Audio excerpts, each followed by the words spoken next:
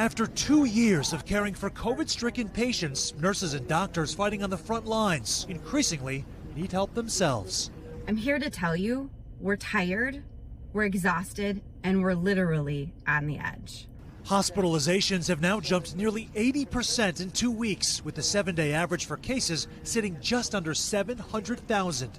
At Miami's Baptist Health, about 500 healthcare workers are out with COVID, forcing them to close some urgent care centers just to shuffle staff. We have plenty of equipment, we have plenty of medications. It is a staffing issue. The staffing shortage apparently so bad in California, the state has resorted to changing guidelines for healthcare personnel, who, if they test positive and are asymptomatic, may return to work immediately without isolation and without testing.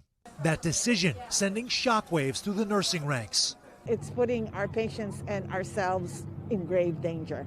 But it's also the impact on schools and transit services, fundamentally altering everyday life. Philadelphia, late Sunday, announcing it will begin the week with 88 schools online because of Omicron outbreaks. Unfortunately, there are going to be situations where we don't have the staff at a school to open up safely for in-person learning. The state of Georgia just loosened its COVID protocols for teachers, declaring they don't have to quarantine after COVID exposure, even if they're unvaccinated or test positive for the virus, as long as they wear a mask and don't develop symptoms. The fluid guidelines, coming as incidental infections, are sharply on the rise. In New York City and Miami, for example, about half of patients are coming to the hospital for something else and then testing positive for COVID. Whether they have symptoms or not, it's all the precautions that we need to continue to take place so that we don't spread COVID throughout our own hospital.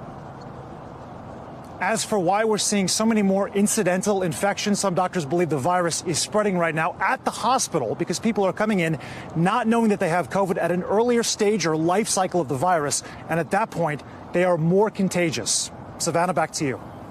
Sam Brock in Miami. Thank you, Sam. Hey, thanks for watching our YouTube channel. Find your favorite recipes, celebrity interviews, uplifting stories, shop our favorite deals, and so much more with the Today app. Download it now.